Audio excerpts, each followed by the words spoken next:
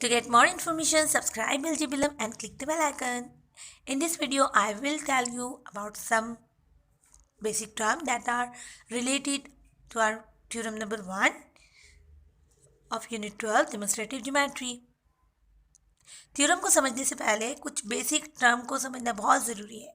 इन basic term में हमारे पास line, रे, लाइन सेगमेंट, कोलिनियर पॉइंट और बहुत सारी दूसरी डेफिनेशंस भी हैं जिन्हें हम बाद में समझेंगे। सबसे पहले बात कर लें लाइन की। लाइन सेट ऑफ पॉइंट्स होते हैं। पॉइंट्स किसी की एक डॉट होता है जो किसी की भी पोजीशन को शो करता है। दैट एक्सटेंड इनफाइनेटली फैले हुए होते हैं इनटू डायरेक्शन। दो डायरेक्शन में पॉइंट्स जो है वो लामहदूद तौर पर फैले हुए होते हैं। हैविंग नो एंड पॉइंट, ये क्योंकि ये एक्सटेंड कर जाते हैं, फैले हुए होते हैं, लिहाजा इनकी कोई एंडिंग पॉइंट नहीं होता। लाइन के बारे में ये भी कहा जा सकता है कि ये शॉर्ट वे होता है बिटवीन टू पॉइंट्स। सेकेंड है रे, ये लाइन की ही टाइप है बट ये एक्सटेंड करता है वन साइड से, वन डायरेक्शन से, और इसकी एक डायरेक्शन, एक साइड क्लोज होती है, फिक्स होती है, यानी कि इसके पास वन एंडिंग पॉइंट होता है। लाइन सेगमेंट के दोनों एंड पॉइंट जो है वो फिक्स होते हैं, लिमिटेड होते हैं। कोलिनियर पॉइंट ऐसे पॉइंट होते हैं जो एक ही स्ट्रेट लाइन पर, एक ही प्लेन पर हों। डायग्राम के थ्रू समझ लेते हैं। लाइन, सबसे पहले लाइन है। लाइन को समझने से पहले हमें पॉइंट के बारे में समझना होगा। पॉइंट जो है जो कि एक डॉट है, इस डॉट को हम पॉइंट कहते हैं और ये किसी भी चीज़ की पोजीशन को शो करता है। सबसे बेसिक टर्म जो है वो पॉइंट की है। पॉइंट पोजीशन को शो करते हैं और ये कहीं पर भी लाई कर सकते हैं। तो लाइन हमारी सेट ऑफ पॉइंट्स है, इसमें बेशुमार पॉइंट्स हैं और ये पॉइंट्स दोनों डायरेक्शंस पर फैले हुए हैं और ये इनका एंड पॉइंट नहीं है तो ये आगे भी जा सकते हैं। इसके पास, लाइन के पास कोई एंडिंग पॉइंट नहीं है, इसलिए इसको एरो लगाकर शो किया गया है। नाम दे देते हैं, ए और बी लाइन है, लाइन ए बी। अब इसके सिंबल क्या होता है, हमने लाइन की शेप ड्रॉ की और लिख दिया ए बी। इसको हम पढ़ते हैं लाइन ए बी।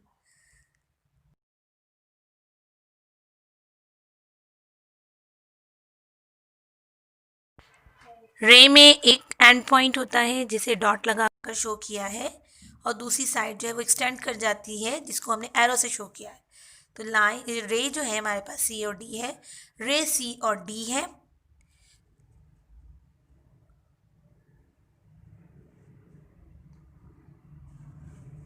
लाइन के दोनों साइड्स ओपन होते हैं जबकि रे के एक साइड ओपन होता है और एक साइड क्लोज होता है।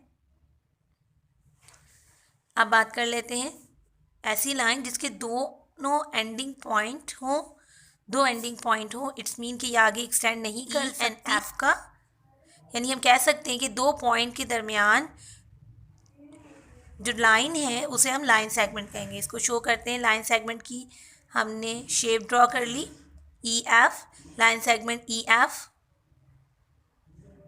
ये हमारी लाइन सेगमेंट है। कोई भी शेप अगर आप ड्रॉ कर रहे हैं तो वो शेप लाइन सेगमेंट की थ्रू, वहाँ पर आप लाइन यूज़ नहीं कर सकते। रे का इस्तेमाल एंगल्स के लिए होता है। रे की सिंबल है, रे की शेप बना देंगे, उसके नीचे उसकी साइड नेम लिख देंगे पॉइंट्स के। तो ray C D, line A B, ray C D and line segment E F. अब बात कर लेते हैं कोलिनियर पॉइंट। कोलिनियर पॉइंट ऐसे पॉइंट होते हैं जो कि सरफेस पर पाए जाते हैं, लाइन पर पाए जाते हैं, और नॉन कोलिनियर पॉइंट जैसे होते हैं जो लाइन पर नहीं पाए जाते हैं। अब बात कर लेते हैं एंगल्स की। एंगल्स दो लाइन से मिलकर बनते हैं। लाइन कौन सी होगी, रेस, जिसका एक एंड पॉइंट होता है और शेयर करते हैं ये कॉमन एंड पॉइंट को, यानी दो रे से मिलकर हम एंगल बनाएंगे, लेकिन ऐसे ही एंगल होगा, ऐसी लाइन होगी जिसके दोनों एंड पॉइंट कॉमन हो। फिर है एडजेसेंट एंगल। एडजेसेंट एंगल दो एंगल्स से मिलकर बनते हैं जिनका कॉमन वर्टेक्स हो और कॉमन आर्म हो, यानी कि एक वर्टेक्स उसका कॉमन हो या एक आर्म उसका कॉमन हो। ये हमने दो रे ली हैं। क्या ये दोनों रे जिसका एक एंड पॉइंट है, क्या ये दोनों रे एंगल्स बनाएंगी? जी नहीं, ये एंगल्स नहीं बनाएंगी। दो रेज मिलकर एंगल्स बनाएंगी तब जब इनके जो एंड पॉइंट हैं ये कॉमन हो, ये मिले हुए हों।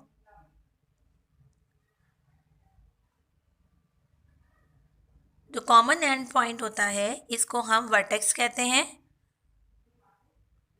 और ये इसके आर्म्स कहलाते हैं।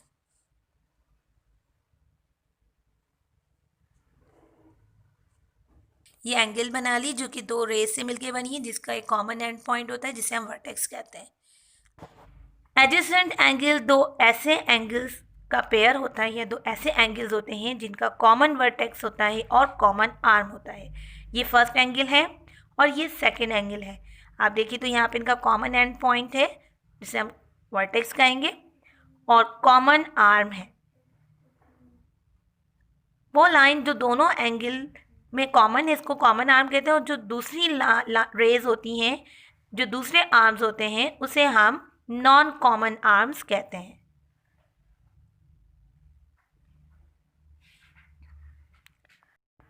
Complementary angles and supplementary angles. Complementary angles ऐसे दो एंगल का सम है या ऐसे दो एंगल्स होते हैं कि जिनको अगर हम सम कर रहे हैं तो हमारे पास 90 डिग्री बनते हैं।